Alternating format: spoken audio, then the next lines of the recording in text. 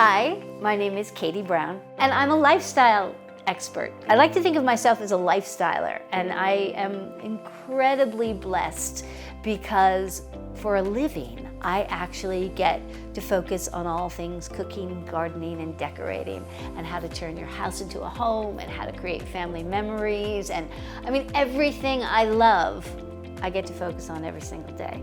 And I've made a bit of a pivot in my career, and my new book is all about God. It's called Dare to See, Finding God in the Everyday. And it's a collection of over 30 little short stories of moments in my life. Oh gosh, I'm gonna try not to get emotional. About moments in my life where I've been, like touched by grace, or had a moment of extreme feeling that God was right there with me. And they've been in sometimes very small moments, sometimes very big moments. Sometimes I've been really grateful to get them. Other times I didn't even want to look at them, I've been fortunate enough to be walking in my faith and with God since I was a little girl. Like, I don't ever remember not having faith or not believing there was something bigger than me, or something looking out for me, or something taking care of me. So I've always had this kind of ability, I guess, and habit of believing that nothing was an accident.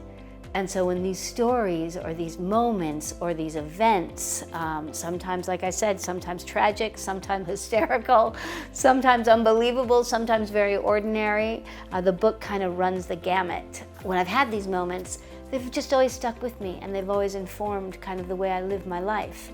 And so I guess maybe it's getting older, or maybe wanting to leave something behind that meant more than just, listen, I love arranging pine cones and coming up with a new chocolate chip cookie recipe or a new frosting for a birthday cake. But all of that happens because I have this incredible faith that it's all, for me, something deeper.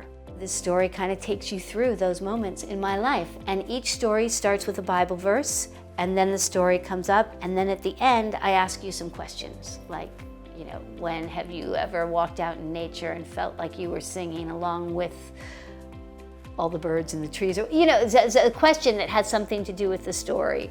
And then I ask you to kind of reflect on how to strengthen that habit of daring to see and finding these moments in the way you walk through life, because I think it makes it a little bit better and a little bit more special, and it's certainly a less lonely way to go for me.